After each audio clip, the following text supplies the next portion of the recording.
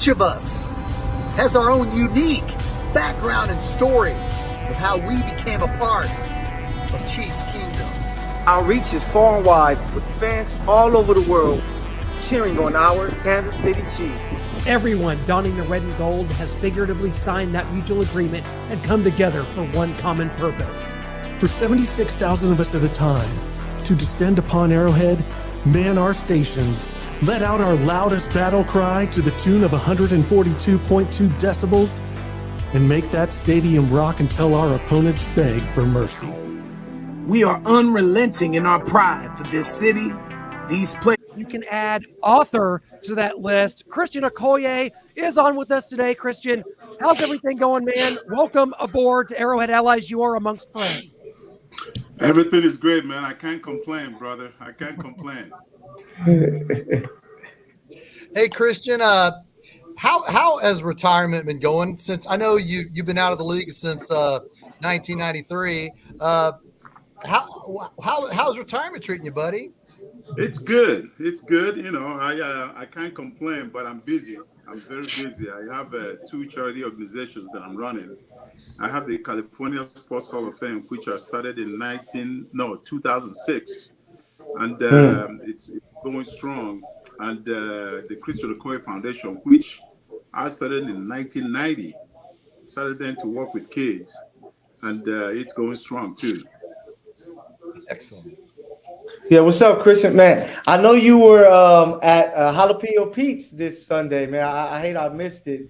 How was that event? It was good. It was good. I was expecting a whole lot of people. The place was packed still, but I remember last time I came over there, I came during the day, so it was huge, and people were standing outside, and many people couldn't get in. But yesterday was a relaxed atmosphere, and everybody was sitting down. So it was good. It was good. Yeah. The game wasn't good. No, the game wasn't great at all. I know the Chiefs LA do a great job. And, I can't wait to, meet up with a lot of the guys I know when it comes to, January 7th is going to be a big time with the Chargers. With the Chiefs still having to play that game, it looks like, with, all of their guys. But Christian, just to talk about the game on Sunday, what's your thoughts of Isaiah Pacheco, his performance, you being the great running back that you were? Just what's your thoughts on his performance in the game, his performance this year, and those final two drives? He doesn't get a rush. Do you think the Chiefs should have continued to give that man the ball? Well, I'll tell you what, Pacheco I love that dude, man. He's tough as nails, and he can run the ball. Every time he's called upon, he produces. You see, so I think they should use him more. They used him some yesterday, more than I've seen him use him. But I think they should call upon him because he's ready for it. I like it. Yeah, Christian, it's been a long time since we've talked, man. It's a pleasure to see you again. It's been a few years, actually. We were at Cali's down in Westport. We got to talk some shop for quite a while, and it was an honor to talk to you, man, because you were my dad's favorite player. I want to, just to reemphasize a little bit of what Mike Hill was saying right there, about the smash mouth style of football. I mean, it's great to see that Andy Reid's finally starting to implement that in an offense that clearly needs to rely more on their run game.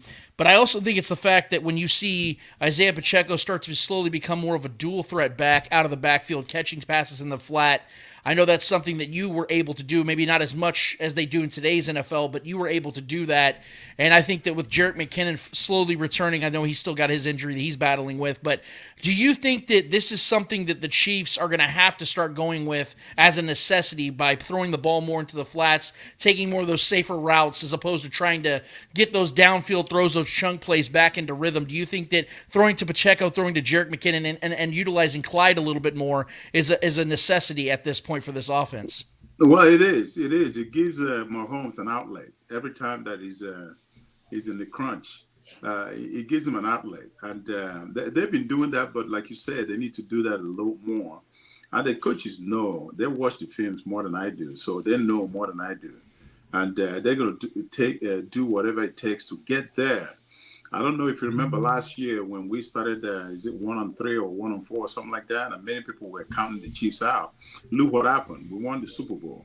So it's not how you start, it's how you finish. But we're in the middle of it right now. And yesterday, we saw some mistakes that Chiefs don't normally make. This year, we're making a lot of mistakes that we don't see the Chiefs normally make. Our defense is playing much better than the last year and the year before. We like for them to keep playing good. And then the offense catching up is very, very important. Once our offense clicks, nobody can stop the Chiefs. Yeah, that's a good point. We're kind of still waiting for it to see if it does click. But I kind of ask former Chiefs this when I bring them on. Just what were your thoughts when you heard the news that Tyreek Hill was traded? Obviously, the Chiefs went on to win a Super Bowl. But now they've just kind of said, I mean, we did it once. Maybe we don't need receivers again. Juju's out the door. They just kind of keep the same bunch. Obviously, they drafted Rashee Rice, brought him in. He's looking impressive as a rookie, but the rest of the bunch is leaving a lot to be desired. So what were your thoughts on kind of the Chiefs trading Tyreek Hill, and then their thoughts on the receivers right now? Well, yeah, Tyreek Hill is a big loss for us, of course. And the Chiefs kind of let him go because it was a lot of money for him, and Miami was able to pay him the money that he wanted. That's fine. It's good for him as a player, and the Chiefs let him do that, and as much as they loved him. But we do need a number one receiver. We don't have it right now. We need number one receiver. Mahomes is very good at spreading the ball. I've been doing that all year, and he will continue to do that. He did that when we won the Super Bowl, and he's doing that this year. We just need to have the receivers catch the ball and hold on to it. If we caught all the balls that Mahomes threw to the receivers this year, we'll be undefeated. So agreed. But they need to hold on to the ball. That's it. Our offense is fine. It is fine. Mahomes is fine. He's doing his thing, and everybody's doing good. We run the ball a little more, which I really like. But if it wasn't for those drop passes, we'll be okay. But now we're just playing catch up. Yeah, Christian, talk to us about this venture, this book that you've just recently come out with. We had Tim Grunhard on back in July or August, I believe, to talk about his book, and now you have one out. It's called The Nigerian Nightmare, My Journey Out of Africa to the Kansas City Chiefs and Beyond. It's available for purchase now at christianokoye.com. Let's talk about the book and kind of what made you want to delve into this, and kind of what the reception has been like so far for this book.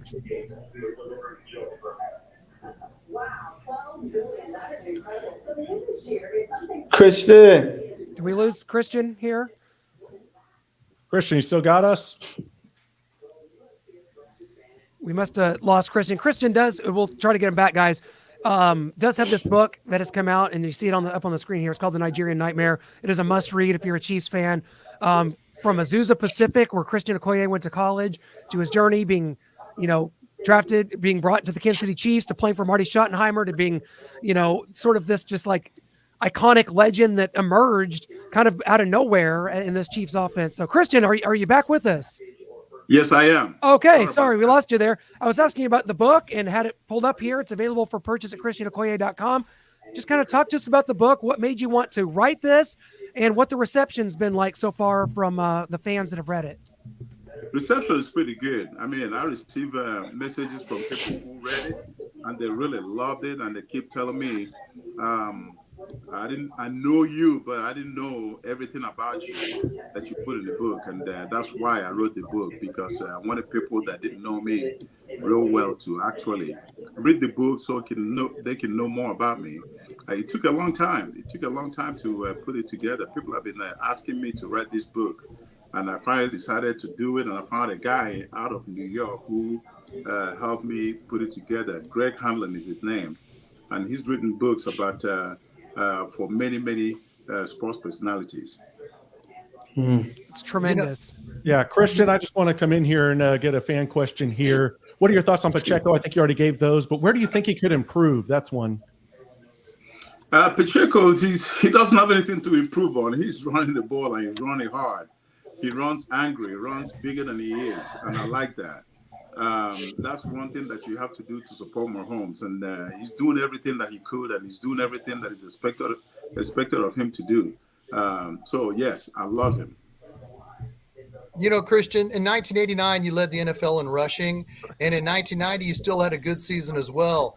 But the Chiefs drafted Harvey Williams in the first round in the 1991 draft. You know, we had Harvey Williams on here 2 weeks ago, and in previous podcasts on other channels, he talked highly about how you were a mentor to him and how you showed him a lot.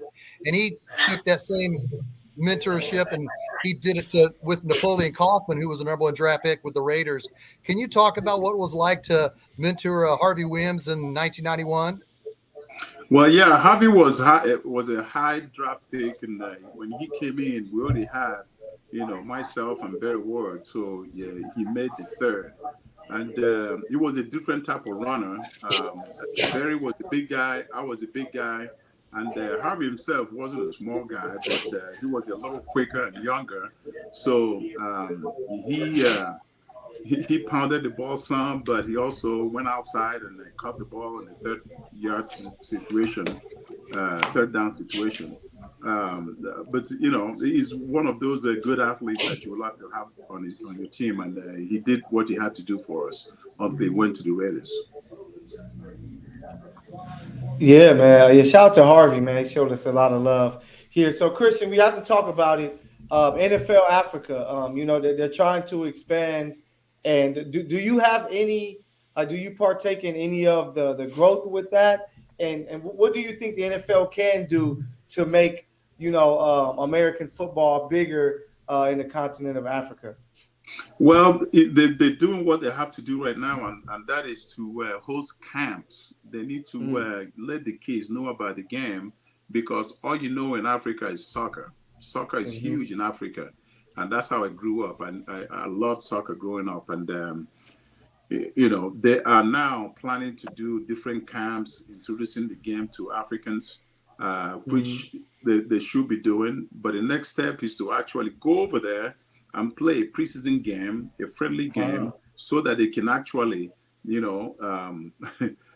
be proud that American football came to Africa. And I've suggested that to the league, and they're thinking about it, and hopefully they'll listen to me and host a preseason game in Nigeria, because we're ready for it. Oh, that'd be big. Yes. Christian, I'm interested on your perspective on the AFC right now, because we go into this season, and the previous few seasons, the AFC has been assumed to be the more dominant conference just based on the quarterback play alone. Going into the season, we knew that 7 of the 10 best quarterbacks in the league are on the AFC side. But as it currently stands, 4 of the 7 current playoff teams in the AFC will have a backup quarterback starting this week. Now, that's a significant advantage for the Chiefs just based upon that. Trevor Lawrence going down with an injury. We don't know how long he's going to be out. Joe Burrow, Josh Allen currently outside of the playoff picture.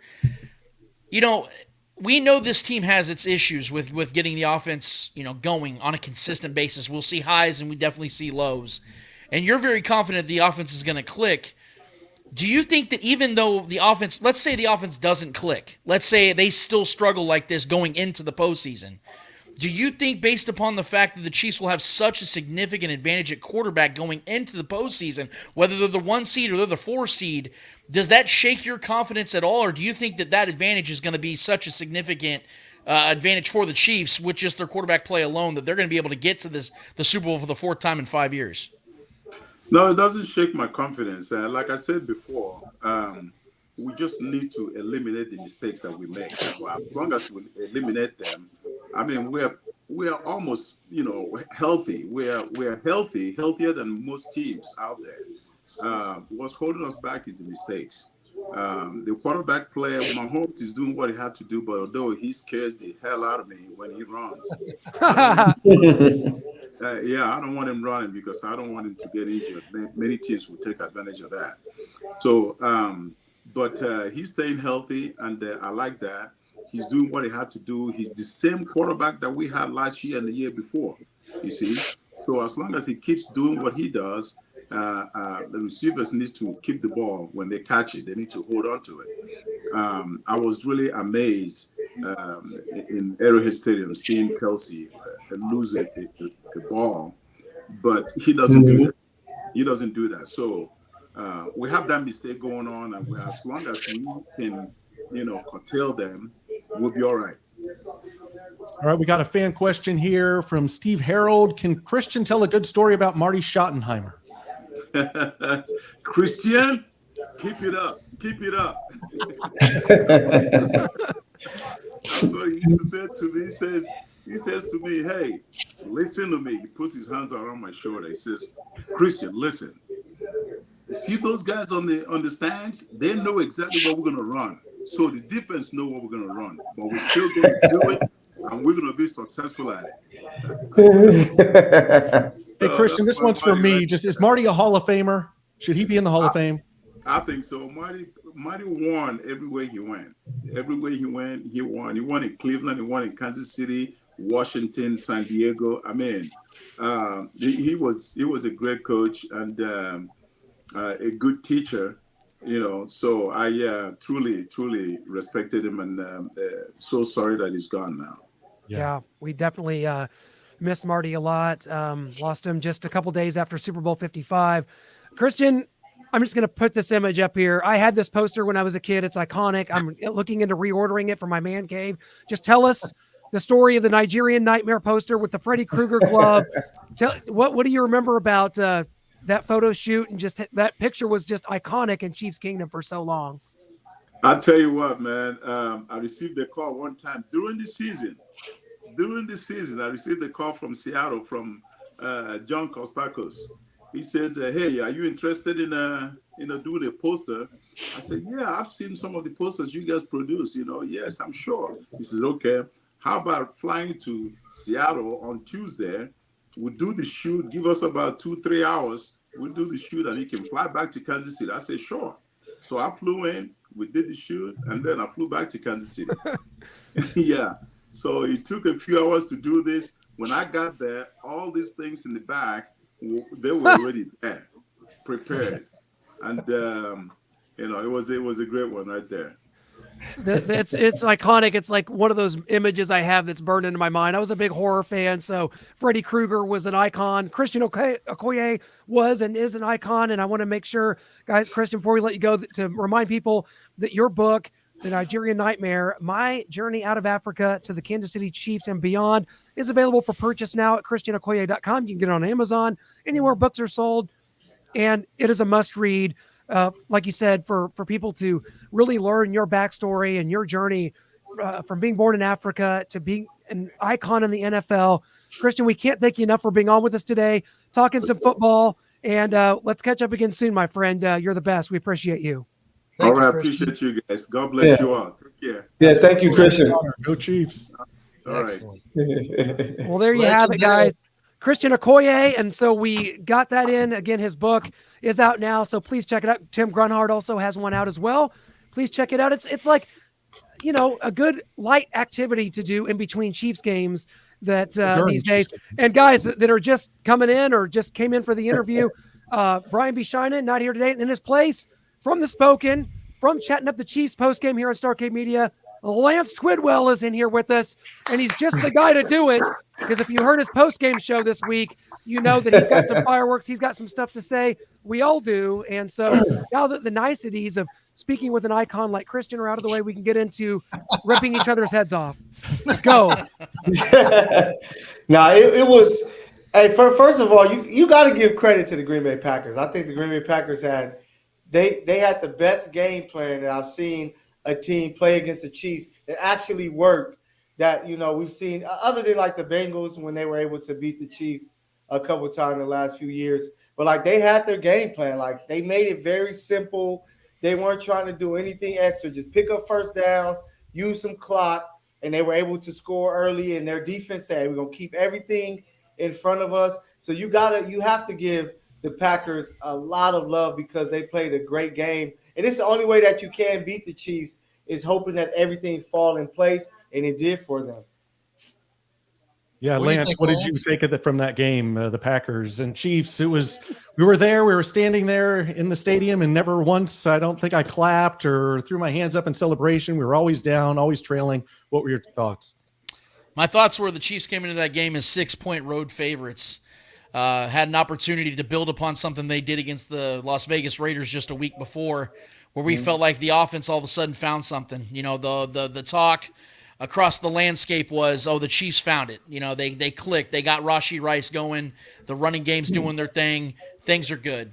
And then guys, this is the scare, this is the concern, this is the worry that I had. I know Clint, I know Noah, Shane. I don't want to speak for everybody, but I know you guys vocalized this alongside me this offseason about the inept room they have at wide receiver and why that's going to be a problem this team is going to have to overcome. Now, we're all confident this team's going to overcome it, but in this matchup against the Packers, you saw that the Packers were giving the Chiefs opportunities to prove that they had fixed things, and that did not show. And the problem is, guys, is that because all season long, this defense has been special.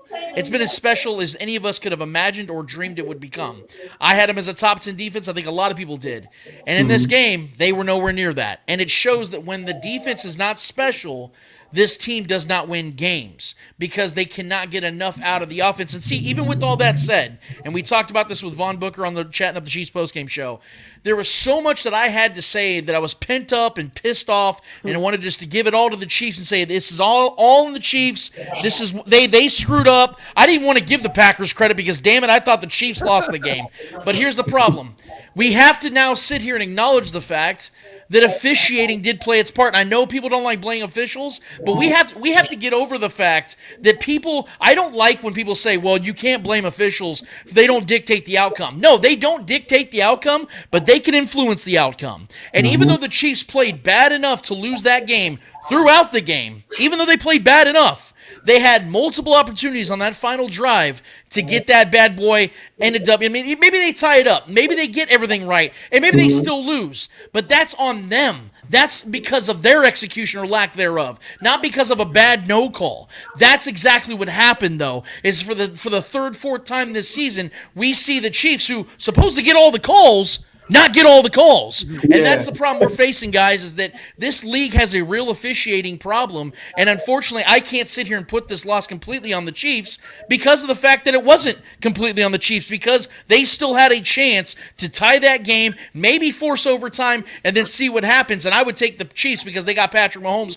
over Jordan Love, even though he was balling in that game. Give him credit for what he's doing. Matt LaFleur putting clown shoes on Spags for the majority of that game. But the point remains, that game was still a portion of it. I felt a lump in my throat. I was so angry when we did the post game because I wanted to give it to the Chiefs directly, but we couldn't do that because the NFL has a real problem on their hands, and it was on full display in front of the nation with about 14.5 million people watching.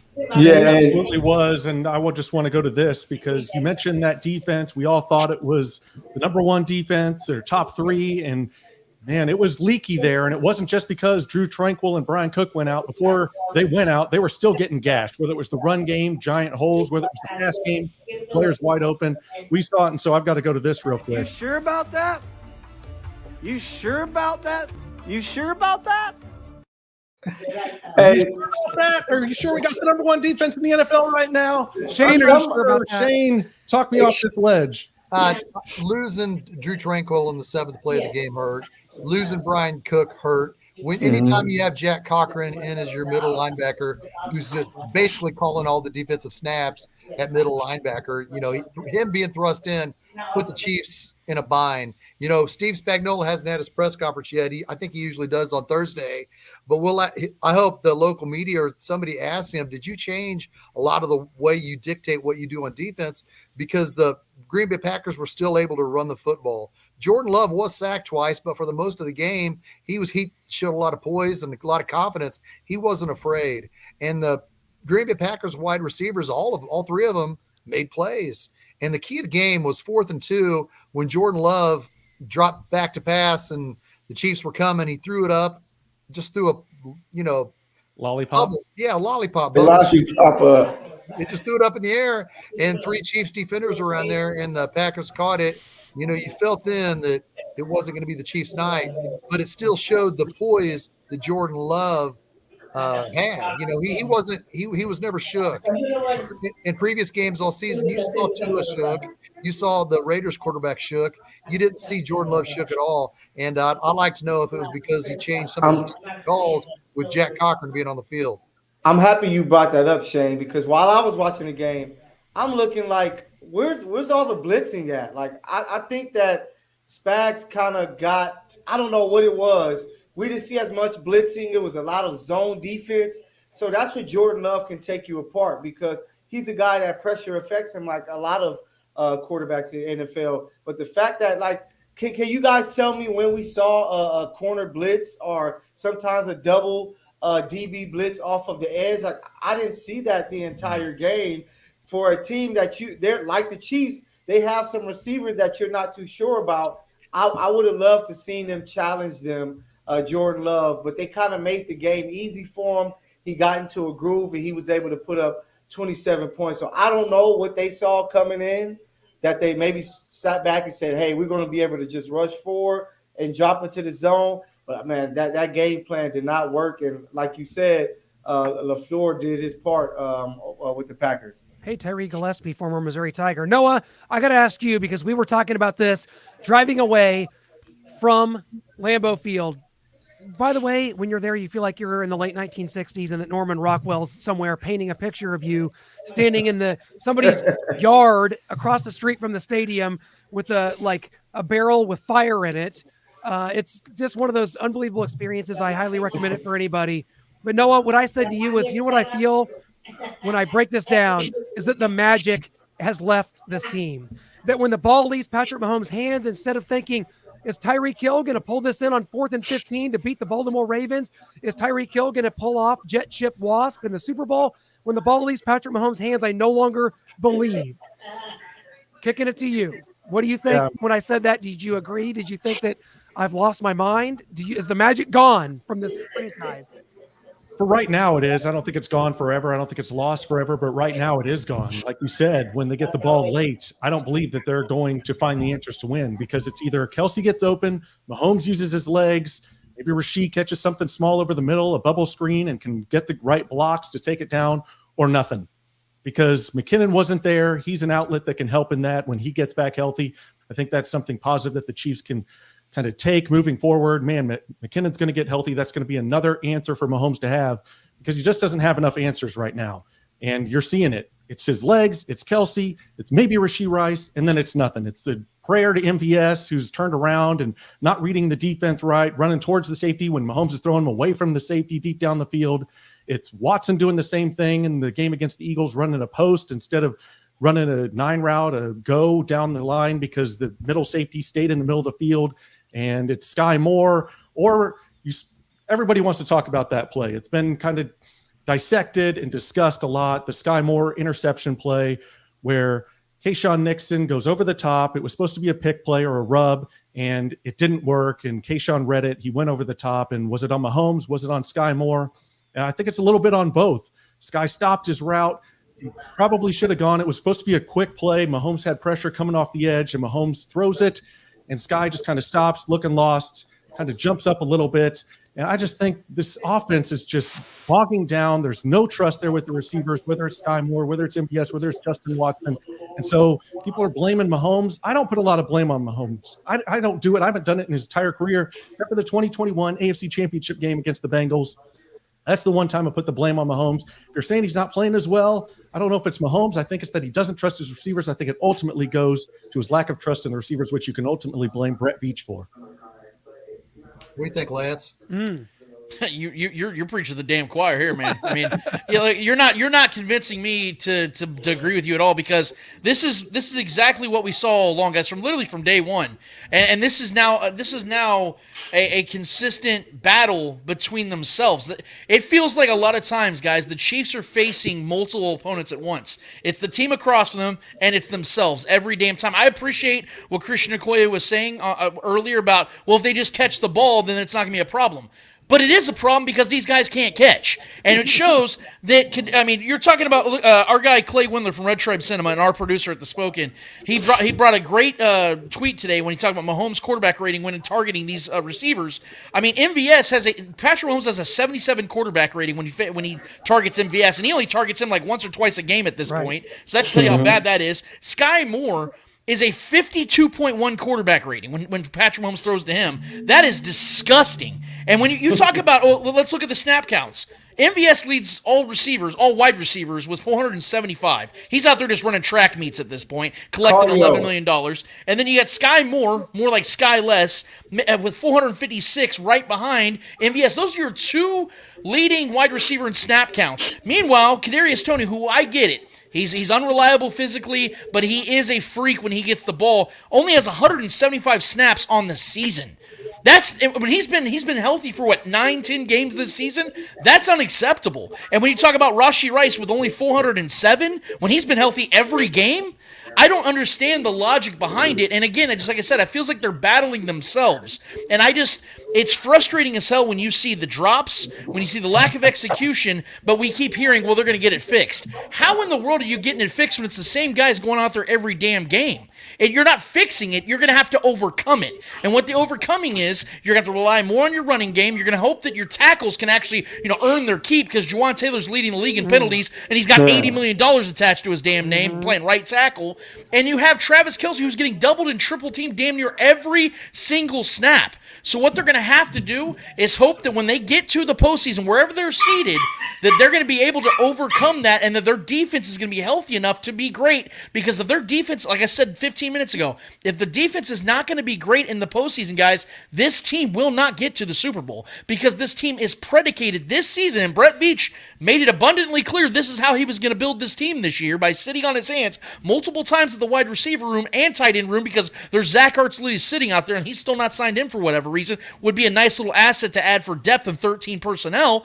This defense is going to have to lead the way, and Patrick Mahomes is going to have to be special just enough to make some big plays and win games 24-20. That's how they're going to have to win games this. And it feels weird for us, guys, because Patrick Mahomes, for the first time in 6 seasons as a starter, is not in control of these games. That's the problem. We feel this angst and anxiety and anger and frustration because it feels like the team has literally pulled the control out of his hands, to where he literally can't control the outcome of games like he's been able to for so long. And that's just not the way the Chiefs are supposed to play football. Can they get it done? Yes, but at this time, guys, they no longer get the benefit of the doubt for me. And not to jump ahead here, but because of the fact they have a desperate 6-6 Bills team coming to Kansas City, knowing they have to win this game in order to get a playoff shot. The Chiefs are banged up, coming off a loss on a shortish week. Guys, this is the season right here. I mean, I know the Chiefs season ain't over, but this is going to determine what the Chiefs have inside themselves. Are they a Super Bowl caliber team or not? If they don't win this game, they don't get that benefit of the doubt for me, man, because this game is the biggest game on the season.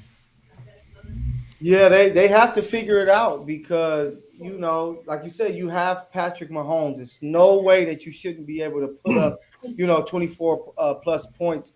But at the end of the day, we all knew what Brett Veach was giving Patrick Mahomes. We knew what he was giving the offense. That's why it's on these coaches to figure out who are the three guys. They need to sit down with Pat and say, who are the three guys that you trust at wide receiver that we can play? Who is our deep guy that you like best? Clearly, it's Justin Watson.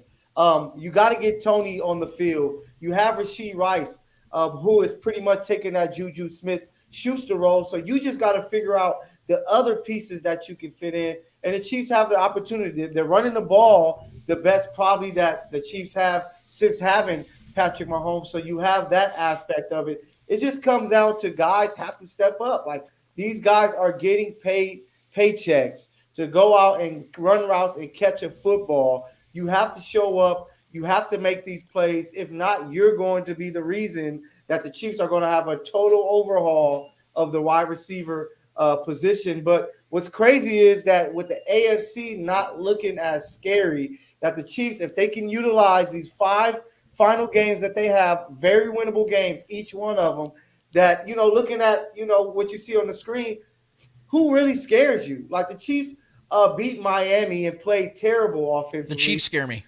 So, yeah, that's the thing. Me as when well. it's only the Chiefs, we've seen it years ago when the Chiefs destroyed the Patriots on live television. We thought it was the end of Tom Brady, and they figured out a way to win another Super Bowl. So the Chiefs still have time, but it's going to come down to guys stepping up. And it's not just the wide receivers. It's that offensive line. The tackles have to be better. At this point, I'm like, do we play Wanya Morris instead of Donovan Smith? Because Smith is getting beat left and right, to where I know Wanya gave up the 1 sack, but he's bringing more athleticism. He's doing a really good job when he's in the game. So it's going to really come up to these coaches to really sit down and say, who are the guys that we can trust? these 5 games, I don't care if we're the 1 seed or not. It should come down to how are we playing going into the playoffs. And if we can figure it out and get on a roll and our guys are playing good, nobody wants to face the Chiefs in the AFC. And they're clearly the best team if they can just tweak the things that they need to tweak. Shane, I'm coming to you with this. If you want to look at these numbers, 2023 Chiefs, 22.9 points per game, defense 17.3 as they jumped up after that 27 points they gave up the most all season to the Packers. Pretty similar to those 1995 Chiefs led by one Steve Bono. The only thing he has over Patrick Mahomes is his cadence. He should be in the Cadence Hall of Fame if there were such a thing. But they had 22.4 points per game on offense, allowed only 15.1. My question to you, and this is a little hyperbolic, I'm going to say that off the top here. What's the point in having a $500 million Patrick Mahomes if you're going to surround him with no talent and he's giving you pretty much the same production on offense that Steve Bono is? That's a good question. That's a real good question.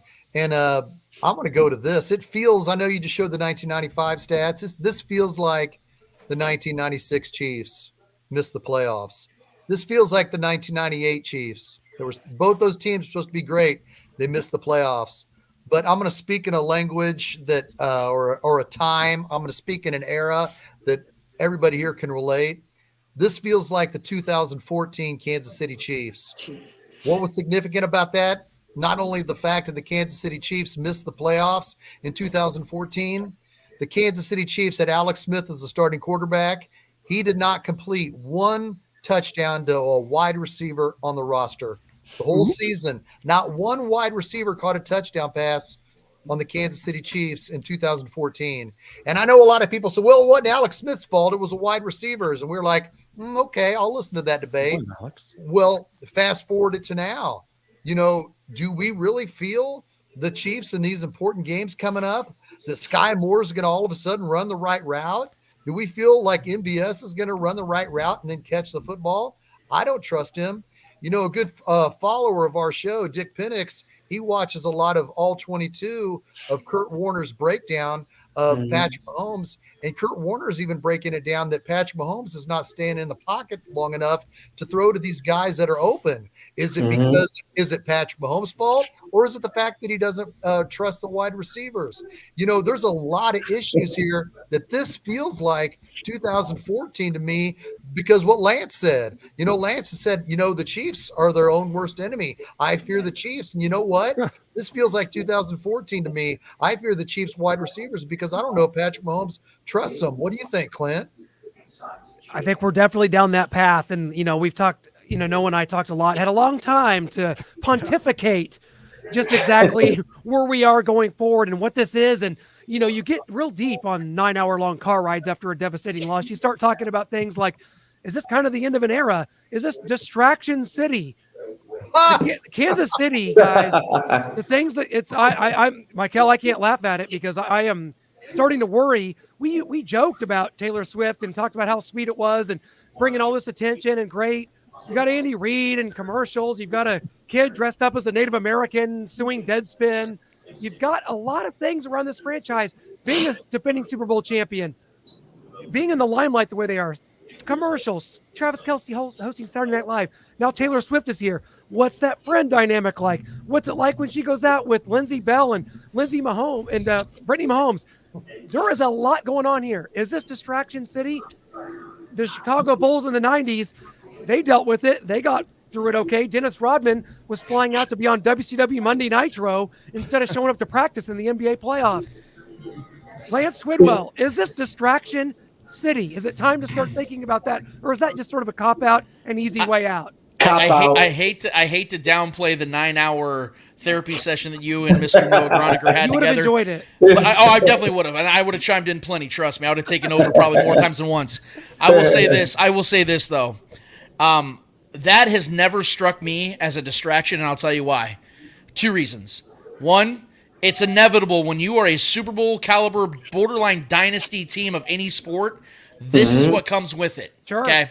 Second of all, we have seen the growth and maturation of a guy like Travis Kelce in particular, And I think if this would have happened in 2017, there's no way in hell he would have been able to handle this. This guy has grown up so much in the last 5 years. And sure, having Patrick Mahomes and the change of mentality from the team of being a good playoff team with Alex Smith to a perennial Super Bowl team with Patrick Mahomes, the mentality changes. And I think the main thing is still the main thing to Travis Kelce, because to his credit, even when he's being doubled and triple teamed and is 34 years old, this man is on pace to have 110 plus receptions and over 1,000 yards for the 8th consecutive season. So he's still doing his job. And I'm not gonna take anything away from him, even if he is a little distracted, because we know personal lives will distract you in some regard from what you do for a living.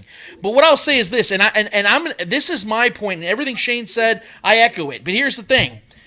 The winning the Super Bowl last season was both the best and worst thing for this franchise. What I mean by that is, obviously, winning the Super Bowl is the best thing you can do in an NFL season. That is the ultimate goal for at least half of the league, right? But when they won the way that they did, with Patrick Mahomes going out there and just willing that SOB and just making that happen, Brett Veach truly believed that's how you can keep doing it. And so what he did is he decided, I'm not going to improve this wide receiver room. In fact, I'm going to make it worse. And Patrick Mahomes is just going to make it work. And now you are seeing why this is so damn difficult. We've seen maybe, 1 or 2 games all season where the offense looked like they were having fun, where it was fluid. And you know what? Coincidentally, it was the games where Travis Kelce was wide open, because you see Patrick Mahomes, the difference in the body language of when he throws to Travis and when he throws to literally anybody else. It's a fluid, confident, kind of cocky, arrogant throws. When it's everybody else, you see that, damn it, I don't know. Let's see. That's why this offense continues to clunk, because they did not go and get... I know. Everybody's like, Lance, you were obsessed with D-Hop. That's because D-Hop would have kicked ass in this offense. Yeah. He would have been unbelievable in this offense. But even if it isn't DeAndre Hopkins, go and keep Juju. Go and get somebody else that is a veteran that you know is going to be there every single week, that Patrick Mahomes can look at as a safety valve and take the pressure off Travis Kelce. Is Rashee Rice becoming a guy in this offense? Absolutely. And I love what I'm seeing from the kid. He looks like a hell of a pick.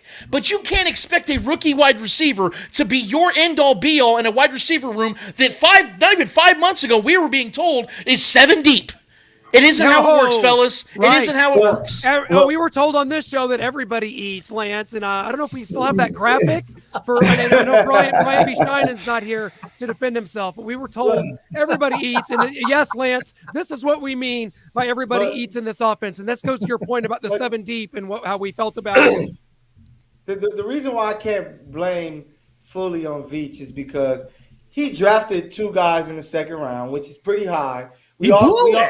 But hey, him and his scouting team, whether they got it wrong or not, they took these receivers believing that they can fit in and beat pieces. They traded for Kadarius Toney, a former first-round pick that they felt maybe if he gets out of that environment, he can kind of be the guy that we expected him to be. And then they were able to get like MVS, Justin Watson, like kind of emerged during the offseason last year. So I really think they're like, hey, maybe we could sneak by this year, especially paying the receivers low, because we're trying to figure out what we're going to do with Chris Jones. We got to figure out the future for L'Jarius Sneed and guys like that. So it's kind of like what we saw a lot with the New England Patriots, where you had, other than Julian Edelman, I didn't know who the hell was playing wide receiver, but they found ways to win Super Bowl titles. And, you know, that's Travis Kelce is our Julian Edelman, and he's way better than Julian Edelman, you know. So they're just trying to figure out. But at the end of the day, players have to play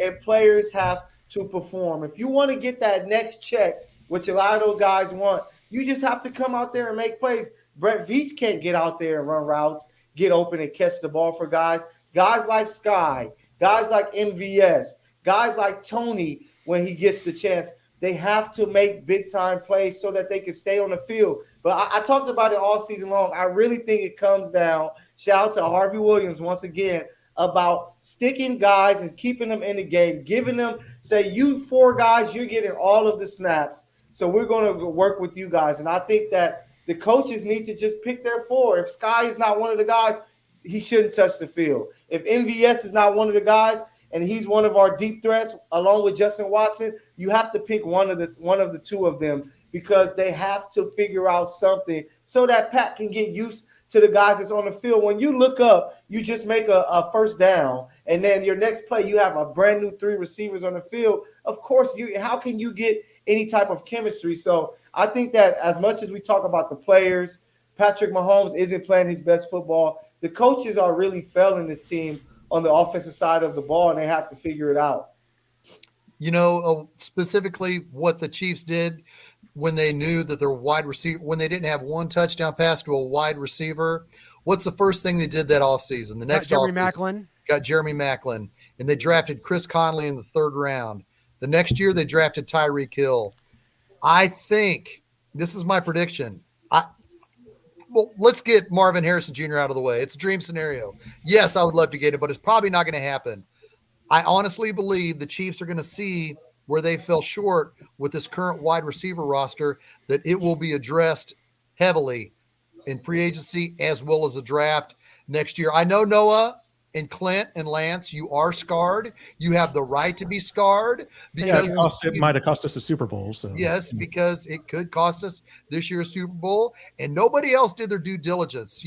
I was trying to calm Lance down on Twitter, and I was trying to calm Noah. Good luck. I was trying to calm Noah and Clint down, saying it's okay, trust Veach. But this is the first time that Veach will be in the hot seat next offseason. When he drafted Breeland Speaks, we're like, yeah, we'll let it go. But not this year, not with this wide receivers failing at epic proportion.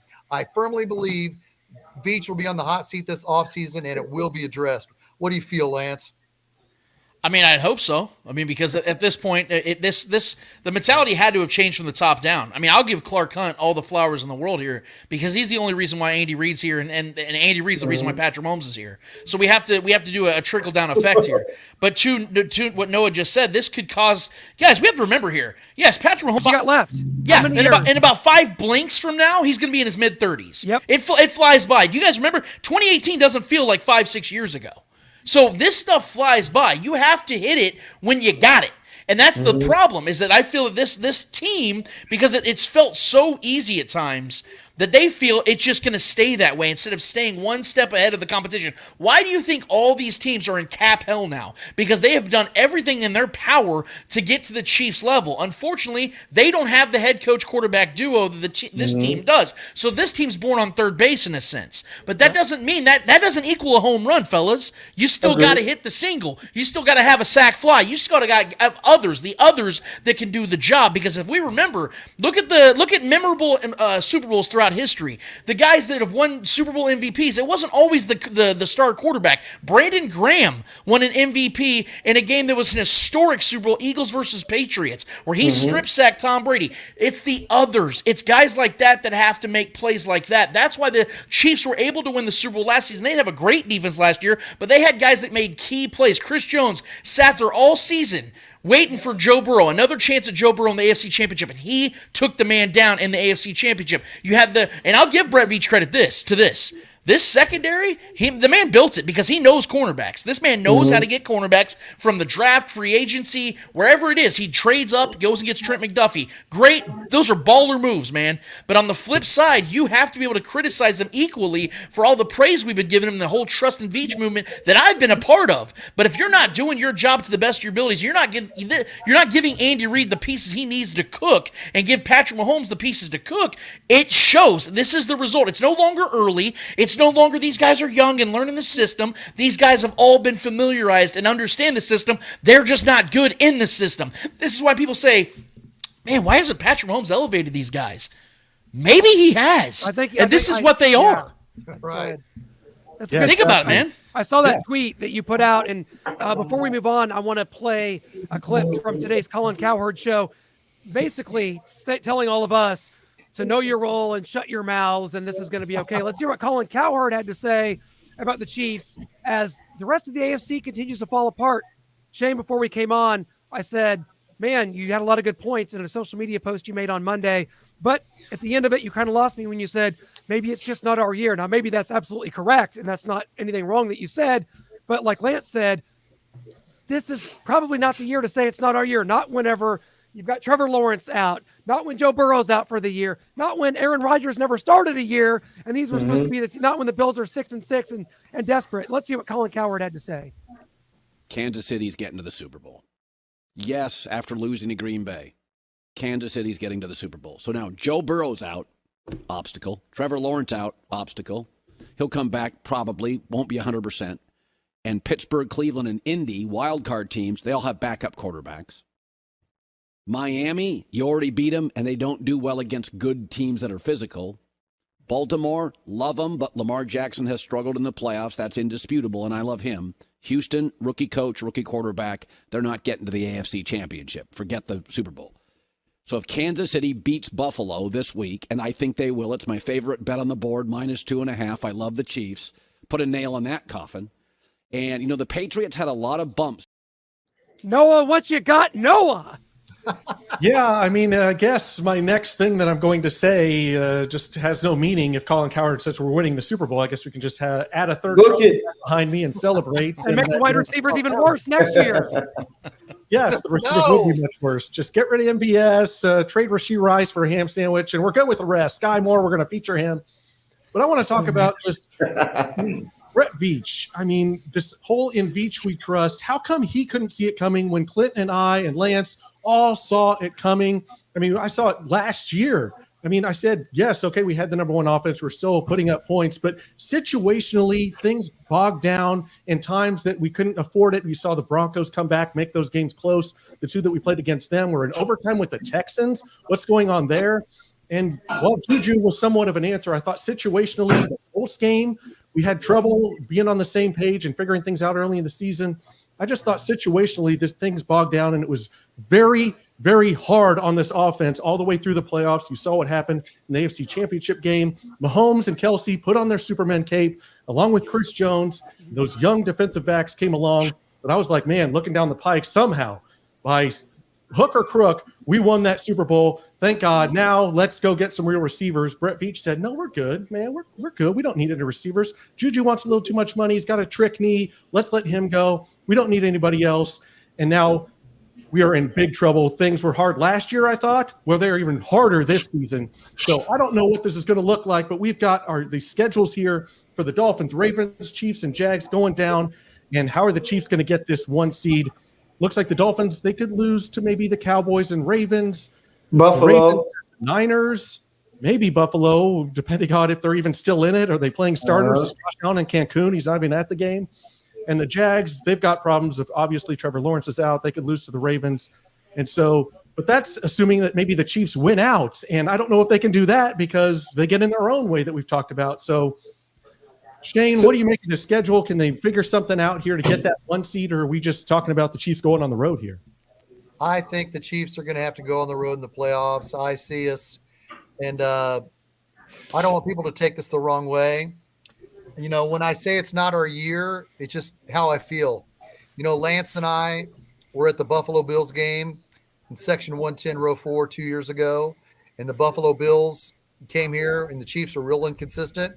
The Buffalo Bills took advantage of an inconsistent Chiefs team, and they won, and they really won kind of easy. The Chiefs had a chance to make it close. And then Buffalo Bills came back in the regular season last year and won again.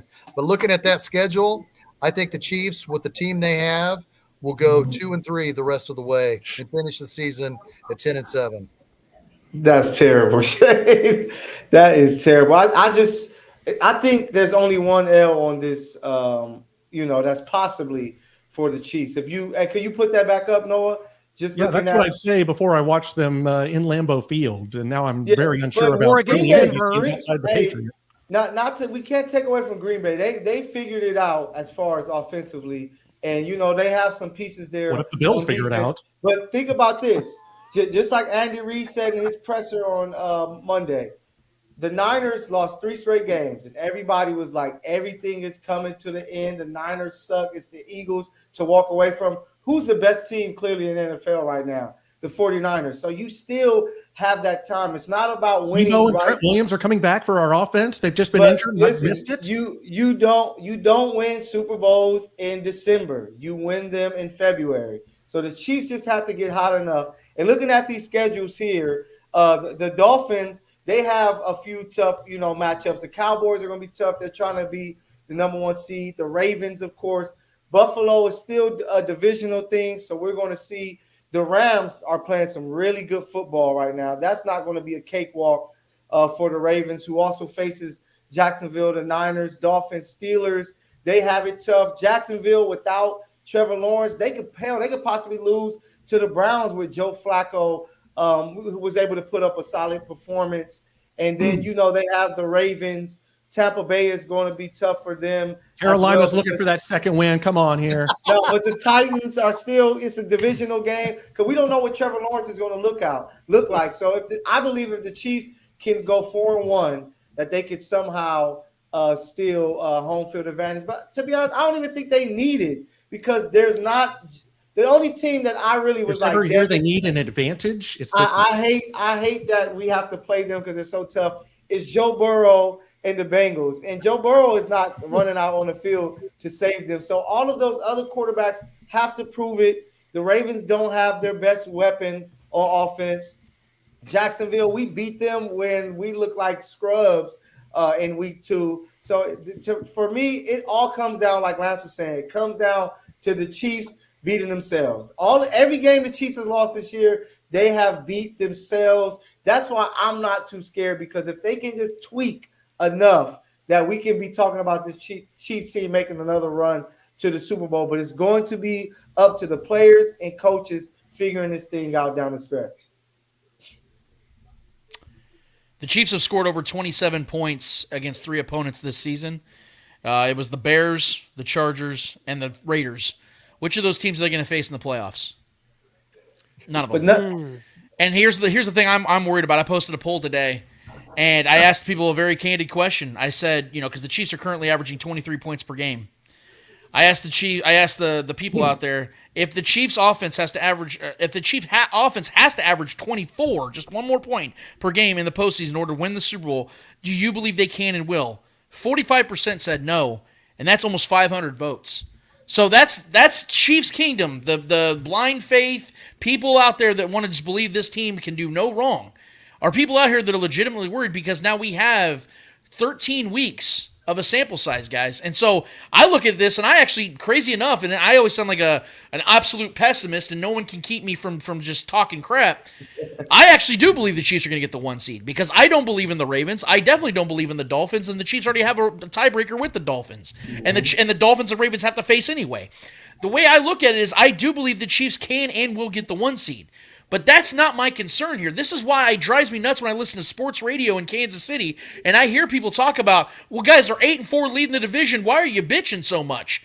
Because of the fact that it's the big picture that we're talking about here. We're talking about whether this team can win Super Bowls or not.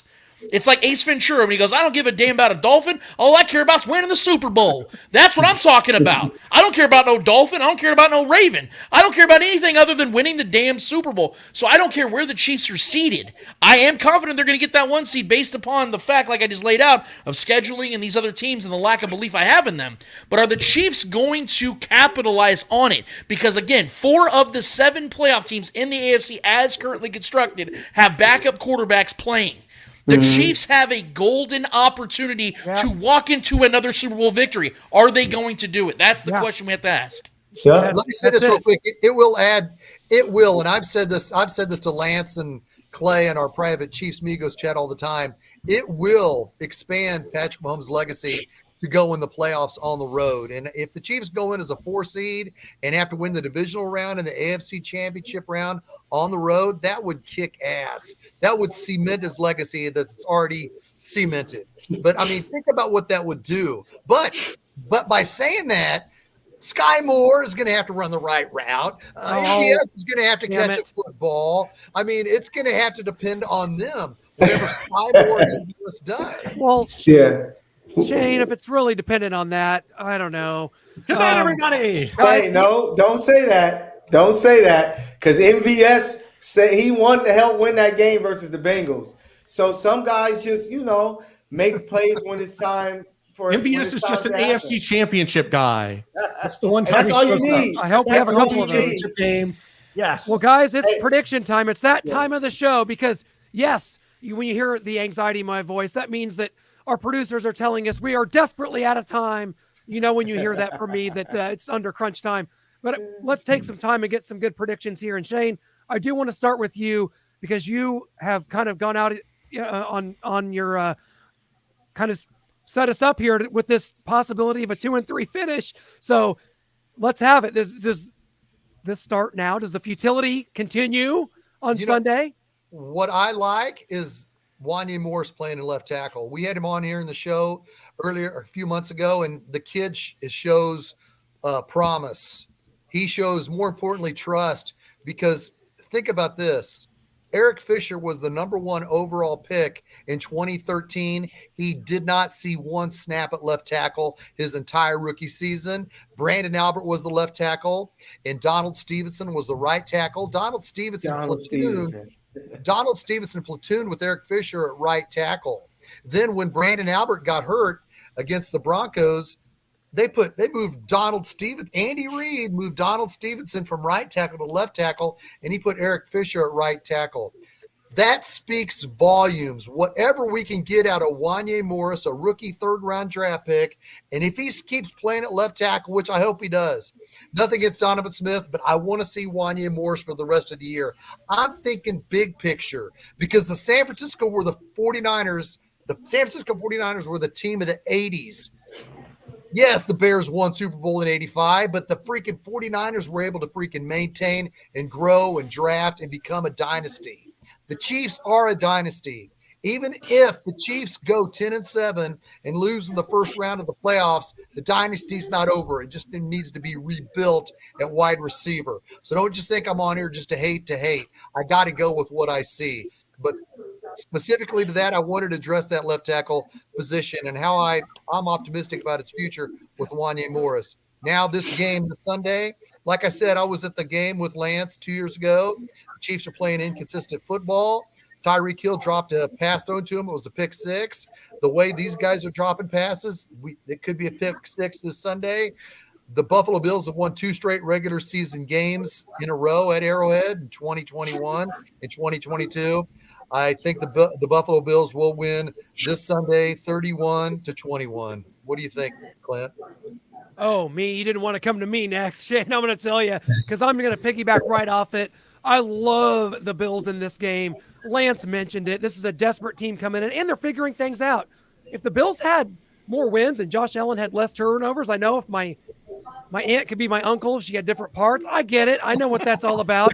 Josh Allen, 3,200 yards on the season. And James Cook's really coming along, 700 yards here. Stephon Diggs is heading towards another 1,000-yard season. We saw chinks in the armor for this Chiefs defense. We got injuries to think about. I love the Bills. I almost get a smile on my face, like in one of those like defense mechanism kind of ways, because I'm going to be so mad about it as it happens. The Bills win this game, and they do it 24-17 on sending the Chiefs head towards the 4 seed in the AFC. What you got, Noah? Oh, you didn't want to come to me after Shane came to you. Oh, man. Yeah, we're going to look right here at the Kansas City offense. Bills defense is playing well. They're 5th in allowing only 18.9 points per game, 12th in yards. So they're giving up a little bit in yards, but not in the points. And then you go to the Chiefs defense, falling down a little bit, still 3rd and 4th points per game, yards per game. But that Bills offense is nothing to sneeze about or turn your nose up about. But if we can just get this game to overtime, then we are going to win 6 in overtime. It's overtime for Josh Allen, but I don't think it happens. I think this is a 26-24 close game. Chiefs almost pulled it out. They scored some points, but there's a late field goal by Tyler Bass, and the Bills walk out of there 26-24 victors. Michael, I know you're going to pick a Chiefs win. Get off this losing streak. I don't see. I think the Chiefs going to find a way to take care of business. Lance, I tell the guys all season long, welcome to the club. The Kansas City Chiefs are now the Los Angeles Lakers of the NFL. This is here in LA. This is how we treat every loss for the Lakers. And, you know, it's only right. You expect greatness, and I expect for the Chiefs to bounce back. I honestly felt if the Chiefs would have beat Green Bay, that they would have came in a little on their high horse and Buffalo would have caught them slipping. But because of this loss, they understand what's in front of them as far as trying to get that number 1 seed. Hell, just trying to get their team together And, Buffalo, they're going to come in desperate, but we know what a desperate Josh Allen does. He gives the ball to the other team. And I think the Chiefs are going to find a way to cause a couple of turnovers. 27-24, the Chiefs make enough plays to pull out this victory at home so they can start their run towards another AFC Championship home game. I've sat here and I've told you guys how I have felt about this wide receiver room, how I'm frustrated with the way things have gone with this offense when we knew it all along. And I don't. And to your point, Noah, I believe it was you that said it. Or Clint, you may have said it. How did we know? And Brett Veach didn't. Brett Veach did. He just, like I said, he just assumed that everything would just be hunky dory and things would just go about it the right way. I have a lot of strong inclinations. I reserve my right to hold on to what I said from the beginning of the season. But something else I said about the beginning of the season was I believe this team is still going to win the Super Bowl because nobody else has the head coach and quarterback duo that this team does. And I believe in this defense. And I think that last week against this Packers team, although it was very frustrating, I don't believe that's what this defense is, especially when Nick Bolton gets back, when Drew Tranquil gets out of concussion protocol. I believe this defense is going to get back to being nasty again. And although I have my trust issues with this Chiefs wide receiver room, I have even bigger trust issues with that Buffalo Bills team as a whole from the top down. Sean McDermott is one of the worst coaches I've ever seen in crunch time and situational football. We've seen that 13 seconds is famous because of that MF. We know that this guy cannot handle that pressure. This team, although is coming in desperate, I did say that. I also saved a little tidbit for this last part. They're also under a lot of pressure, and we know this team under pressure can't handle the pressure. And Josh Allen, balling out, has been incredible this season. There's another distraction on this team that we haven't mentioned yet, and that's Von Miller. He's got some serious personal issues going on right now, and I don't believe he's playing this Sunday. So not having him out there, the only one of the few legitimate pass rushers they have, who also has been on a snap count this season, he's been on pitch count, I should say. This is something that I think is going to pay dividends for the Chiefs in this side of things, where third down conversions are going to be a big thing for the Chiefs in this game. I don't think the Chiefs are going to go away from the run game late in the game like they did against the Packers. I think that if you look at the Chiefs' schedule right now, over their last 6 games, they've alternated wins and losses. They've won one, lost one, won one, lost one. They just lost. That means the Chiefs are going to get a W this Sunday. I don't feel good about it because, like I said, this Buffalo team is going to come in here with everything they got. But for some reason, but we all know who Daddy is. And it's Patrick freaking Mahomes. And Daddy's going to spank some butts this weekend, guys. And I think Patrick's actually going to have a really good game. I agree with what we were talking about, narrowing down the room. This is a Rashee Rice breakout game again. I think he's going to give that secondary a lot of trouble, guys, because that secondary for the Bills has struggled this season just to stay healthy, let alone be on the field and be a competitive team against good quarterbacks. Because if you look at their schedule, all the quarterbacks since playing Tua early in the season, they've lost to those great quarterbacks, and Trevor Lawrence, Joe Burrow, and the like. I think they keep that trend going. I think the Chiefs put the Bills to bed because I also predicted before the season that the Bills would miss the playoffs. That is coming to fruition. The Chiefs are going to win this game. I don't feel good about it, but damn it, I got to believe this team is going to know because, like I said, the season is here. This is the biggest game of the season. If the Chiefs are a Super Bowl caliber team, they win this game. It might be ugly, and it probably will be, but you know what? It's going to be a win for the Chiefs. What's your score? What's your score? Lose one, Lance, then that means we lose to the Patriots? Stay tuned. They might stub their toes against the Raiders or somebody on that back end, or Jake Browning going out there and playing like Joe Burrow or even better. I digress. But I look at this team, and I think right now the Chiefs are going to have to try to keep this game nasty and low scoring. I think the Chiefs are going to win this game 24-20. Let me say this. I can't wait. You got to say this. This game is paramount for the Chiefs season, okay? Because if the Chiefs lose to Buffalo, they're more than likely going to be facing Buffalo in the playoffs or week 1 at Arrowhead, because Buffalo will use that momentum and be a 5 seed and the Chiefs will be a 4 seed. But if Lance and Michael are right and the Chiefs win, it will distance themselves from playing Buffalo the first playoff game. So that's something that we have to watch while watching this game, thinking, man, I don't want to lose this game because we're going to have Buffalo back here in 5 weeks for the playoffs. So the Chiefs need to win this game. Just because me, Clint, and Michael, or me, Clint, and Noah predicted the Chiefs lose, don't think we're not going to be cheering for them to win.